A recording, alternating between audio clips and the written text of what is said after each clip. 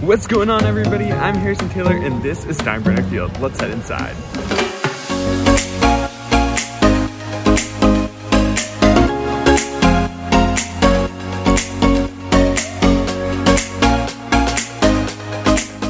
What's going on, everybody? Hello and welcome to the first episode of Concession Critics Slice of Spring, live from George M. Steinbrenner Field, the spring training home of the New York Yankees. Located in Tampa, Florida. The stadium has a capacity of 11,026 fans and broke ground on October 22nd, 1994. The field was built because the Yankees wanted a new facility and left Fort Lauderdale Stadium. Steinbrenner Field marked the return of spring training in Tampa. Previously, there was Plant Field on what is today the campus of the University of Tampa. Al Lopez Field opened in 1995 and would host teams until 1987. The cost to construct the third new venue was $30 million. Steinbrenner Field opened as Legends Field on March 1st, 1996, when the Yankees hosted the Indians. The stadium is not only home to the Yankees, but also their Single-A Florida State League affiliate, the Tampa Tarpons, and their Gulf Coast League team. The ballpark was also the home pitch for the Tampa Bay Rowdies in 2010 before they moved to Al Lang Stadium in St. Petersburg.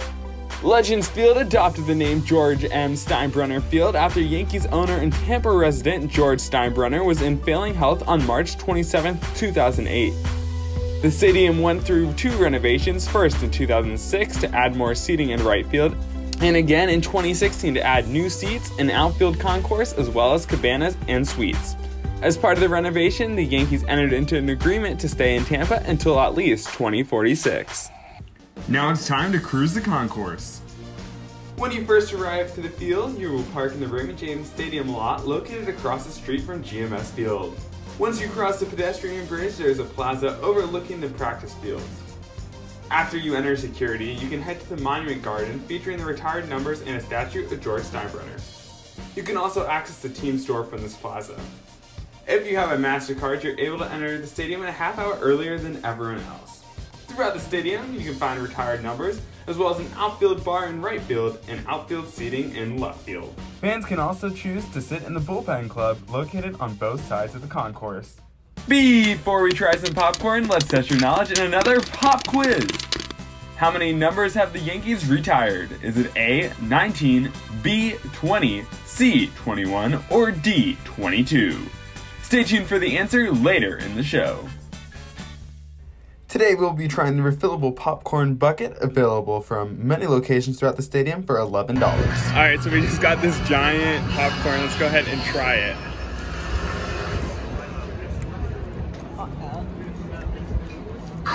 It's really good. It has a nice butter flavor, like the powdery butter that you want with popcorn. And for $11, it's not a bad deal at all. Like, this is giant, and you can refill all day long. As far as top of the pop go, this is the first popcorn we're having out of our Slice of Spring, so it's number one in our top of the pop ranking so far. I'd say it's really good. Overall, not burnt at all. It's really good. If you are not in the mood for popcorn, GMS Field has a large variety of concessions. Some of the unique options we will add to our wheel include the shrimp and other bowls from Bomber Bowls, the gourmet hot dogs like Cowboy and Fiesta dogs from the hot dog stand, as well as a cheesesteak and a Nashville hot chicken sandwich from many stands across the stadium. Now that we know all the food options, it's time to go ahead and spin the Wheel of Concessions! And it looks like today we'll be trying the specialty Cowboy dog from the hot dog stand for $7.49. The hot dog consists of pulled pork that's smoked on site, fried onions, and barbecue sauce. Alright, so again, the Cowboy dog, fried onions, pulled pork, barbecue sauce on a hot dog. Let's try it.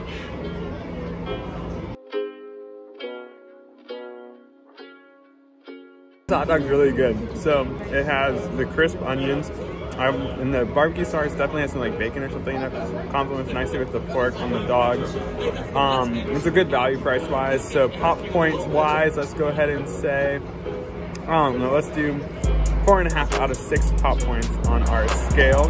I would get this again. I'd recommend it. Pulled pork's nice and fresh. They have a smoker here at the stadium where they do it all themselves, and it's really good. Overall at Steinbrenner Field, I'd give the food quality 5 points, with all the dishes being very fresh and the large variety available. For value, I'd give the ballpark 2 pop points, as the food was more expensive than most spring training venues we've attended. For service, I'd give the ballpark 4 pop points, and for experience, I'd give the stadium 3 pop points. Add it all up, and you get an overall stadium score of 6 out of 10, or plain and puffy. Earlier in the show, I asked you how many numbers have the Yankees retired. Is it A, 19, B, 20, C, 21, or D, 22? The answer, 21. All 21 numbers are recognized in the Monument Garden at the front of George Steinbrenner Field. Alright, now it's time for some of my favorite highlights here from Steinbrenner Field. The first thing you can see behind me, the architecture and dimensions are based off of the original Yankee Stadium in New York. It's pretty cool. My next favorite thing is the YMCA. The grounds crew does it at the beginning of the 7th inning. It was super fun. It was the only exciting thing that happened here at the stadium, entertainment-wise, and I enjoyed that. It shows that the Yankees can have fun. This tradition was actually started at Steinbrenner Field in its first season in 1996, and then was continued on at Yankee Stadium every year since. And finally, my other favorite thing is the unique seating options throughout the stadium. There are reserved seats that line the outfield fence, which offers fans a unique view to get up and close to the field. Well, that's a wrap for this week. Be sure to subscribe with notifications on so you don't miss next week when we drive down to Charlotte Sports Park in Port Charlotte, Florida, the home of the Rays. From Steinbrenner Field, I'm Harrison Taylor. Have a wild week, and I'll see you guys next week for another Slice of Spring.